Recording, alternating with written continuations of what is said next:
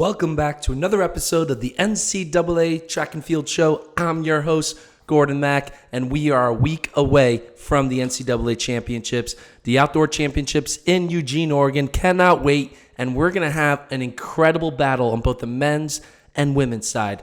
Taking a look at the NCAA rankings, the Texas men and women, as you can see from the title, are the favorites to win not just the men and the women's title, but also multiple individual titles. Let's take a look at the rankings. In order to get to the rankings, you just got to go straight to the homepage, click on the rankings, boom, NCAA rankings right at the top, and then we got our rankings.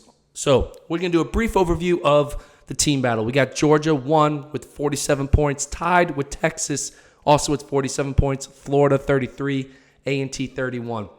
On the women's side, though, Texas women projected to score 89 points. Florida 57, Texas Tech 55, Texas A&M 53. So how the hell is Texas women at 89 points and the Texas men at 47 points? Well, I can tell you they've just been running incredibly all season long. We're just going to go through the list of the athletes that they have on these rosters. Basically, the list of athletes who I think are notable point scorers.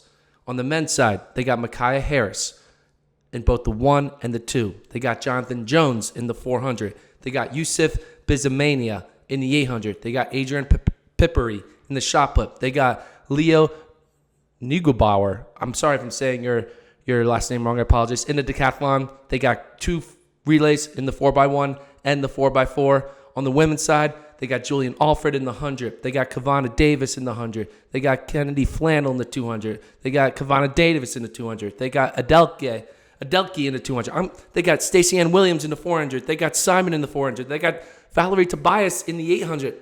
They got Tyra Gittens, the Texas A&M transfer, in the high jump and the long jump. They got Akella Smith in the triple jump. They got a really good heptathlete. And they got highly ranked 4x1s and 4x4s. I'm telling you, this Texas team could be doing something incredible. Like, extremely incredible. Because it's not going to be just about what they do at NCAAs. It's going to be what they do in individual races. It's going to be what they do post-NCAAs. And it just got me thinking, was Texas always this good? Like, what has been the secret sauce? So I looked into it. And let's take a little bit of brief history of how Texas got to this point where they are now the prohibitive favorites in both the men's and women's side. Again, let's just look at recent history. So, got the Excel chart out. Sorry, we're going back to the cell games. Before they hired Edric Floreal, they finished 12th and 54th indoors and 25th and 34th outdoors. So an average of 33rd place, combining men and women, 29th place, combining men and women on the outdoor. Okay? 1 year later, after hiring Edric, this is where they started finishing. They improved dramatically. Indoors, men were 13th, women were 12th. Outdoors, men were 9th, women were 10th. So massive improvement. Still not title contenders, but now flirting with top 10. Great start. All right, 2020 got canceled. So where did they finish in 2021? Well, 2021, they cut that position in half again. Indoors, 14th for men, 8th for women, average of 11. Outdoors, though, the men finished 6th, the women finished 7th for an average finish place of 6.5. And then, as we know, what happened in indoors this past year, the men won and the women got second, right? The men won and the women got second. So there's only one more position for them to go, and it's for the men to win outdoors as well, and for the women to win, and they are more favored on the women's side. So while I'm going to break down just how good this Texas team is on both the men's and women's side, and while I do that, I'm going to give you a little sneak preview. So literally today, this morning, as you can see, I got sunburn. Look at this sunburn. Wait, this is better. Look at that sunburn. Boom. So this is just some raw footage. I'm just going to play it in the background. It's not edited, but we got a workout Wednesday with this Texas team. Showing the top, that's Jonathan Jones you see on your screen, talking to Coach Floreal. This team is something special, and I don't think anybody knows. And so I'm trying to get ahead of the horse because a week from now, people are going to be talking about how good this Texas team is when they show up and find a way to win both the men's and women's titles. That's what I'm predicting. That's what the rankings predict. And I'm just putting myself out of line because I've been studying the results. I've been studying what Florida's been doing, what A&M's been doing, what Georgia men have been doing. There's a lot of other good teams out there. Don't get me wrong. There are a lot of great teams out there. But just Texas has some great depth, especially on the women's side. And there's just not a lot of other dominant teams the way Texas is on both the men's and women's side. So let's just break down what we have here, how they're going to score their points. Mekhi Harris, he's favored to win the 200 over Joseph Fambula and Matthew Bowling, in my opinion. While Fambula is scary because he's going to gazelle his way down that home stretch in Eugene the way he did last year. I remember watching that. It was incredible. But Mekhi Harris, he's still run incredibly well. Didn't run indoors, so people kind of forgotten about him, but he ran a bit good at Big 12s. He's been running good at the prelims. So Harris, I think, can get 10 points in the 200. I think he can get maybe 5 points in the 100. Jonathan Jones can get 8 points in the 400 because Randolph Ross is there. They got Yusuf Bizmania, who I think could potentially win. I don't know because the 800 is kind of weird, but he could go from getting first or second to probably getting like 7th or 8th. So let's just give him an average of 5 or 4 points. They got Pippery, who can win the shot put. They got a decathlete who can probably finish top 5. They got a really good 4x1. They got a really good 4x4, both that can either get anywhere between, 5th to 8th to maybe their 4x4, finding a way to win because they got Jonathan Jones on the anchor. That can win a 4x4. So you put it all together, they basically get around 47 points. But let's talk about, and then on the women's side, I could go through all this, but I'm going to make this simpler. I'm not going to talk about their point scores. I'm going to count the number of titles I think they can win. Mekhi Harris in the 200. Jonathan Jones technically could upset Randolph Ross in the 400. I think Yusuf Bizmania could win the 800 if chaos happens. So we'll give him 3. Pippery in the shot put, that's a win. Texas probably win the 4x4. So that's 5. Okay, on the women's side, Julian Alford, she's winning the 100. Okay? 400. Stacey Ann Williams, she can win the 400. Tyra Gittens in the high jump, yes, I believe that could happen. Akela Smith in the triple jump, she's the top mark in the country right now. That could happen. The heptathlete, now Anna Hall, she's probably going to heptathlon, so I don't want to give it to him there. But Anna Hall is running the 400 hurdles, so she may get tired. I don't know. I'll just say no because Anna Hall is so damn good. But they can win the 4x1. They had the best 4x1 in the country. And I think they have probably the best 4x4 in the country. Even though they weren't in the SEC final, that's 11 titles. So the Texas women and the men could combine for 11 titles.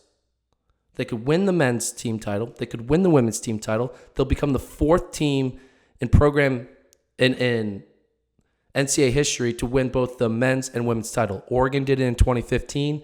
Texas A&M did it back in the early 2008 to 2010 range.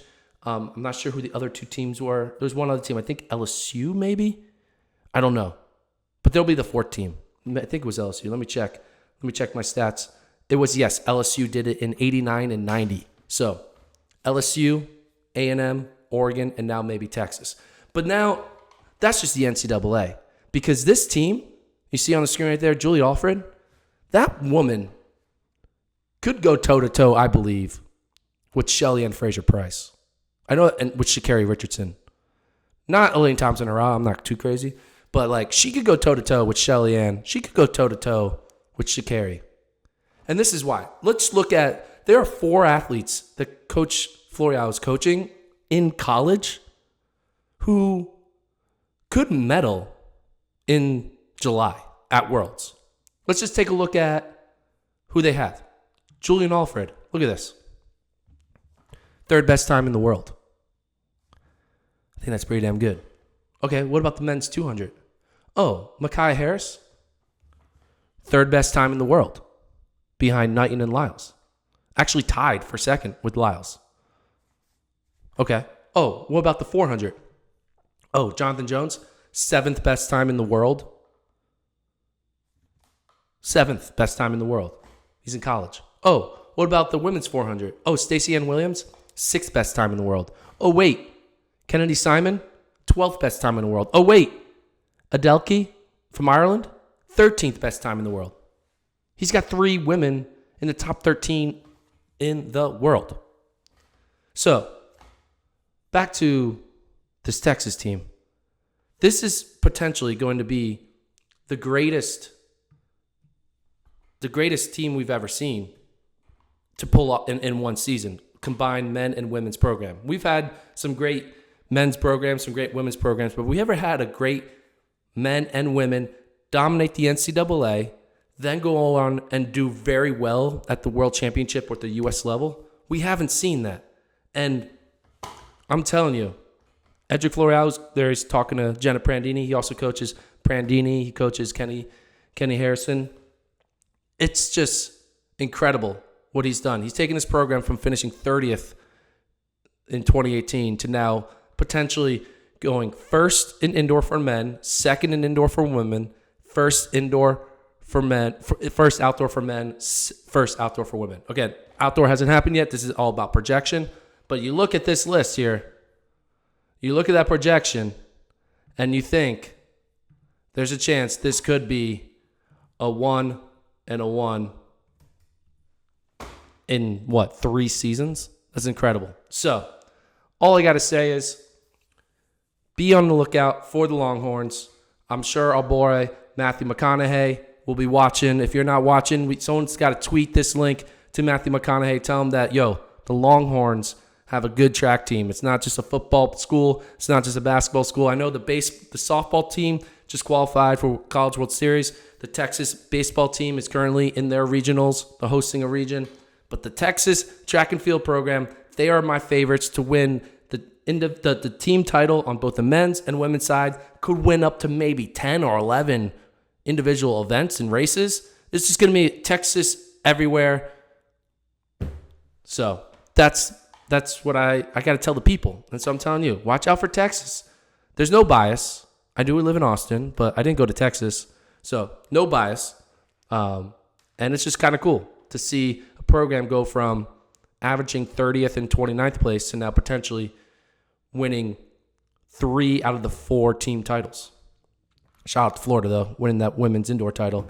Florida would have been in the mix, but Grace Stark getting injured is just, it's going to be hard to make up those points. She would have scored maybe 15 to 20 points. It's going to be very hard to make that up. Because you look at these teams' rankings, on the women's side, they got like a 30-point cushion. 30-point cushion. Florida's good. Florida's going to podium. Texas Tech is good. A&M is good. There's a big battle here between these teams here.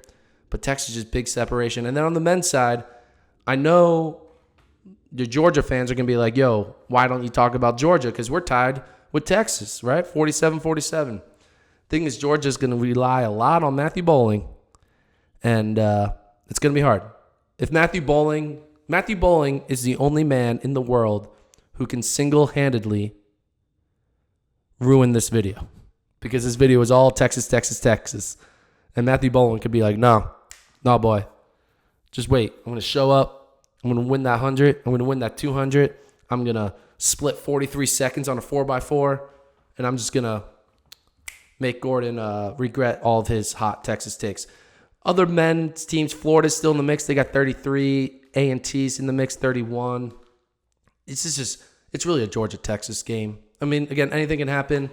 So it is what it is.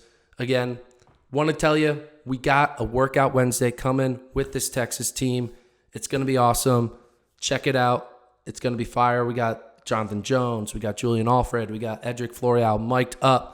We also got a little bit of Kenny Harrison, a little bit of Jenna Prandini. It's going to be great. Can't wait. It's June. It's championship season. NCAAs is here. Next week, I will predict every NCAA champion in every single event. A lot of them will be probably from Texas, but there's some other people that will win.